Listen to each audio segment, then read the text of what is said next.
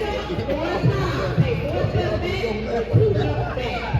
One, two, three, and four. Then we got to turn. 5, 6, 7, 8. And then start all over. So let's take it from the top. Face this ball. On it. 5, 6, step to your right. Out. Slide. And left. Slide. Peek right left. Turn to the wall. Right left. Turn to the back. Put your hips to the right. To the left. To the right. And the left. Back it up. Back it up. And turn to the good. So this line there, we're going to start at each wall from the beginning. So that means once we get here, we're going to start with right, slide, left, slide.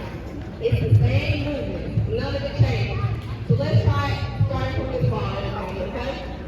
5, 6, 7, 8 steps right, slide, step left, slide, right, left, kick, and turn, right, left, kick, turn. So your hips, 1, and 2, and 3. There we go.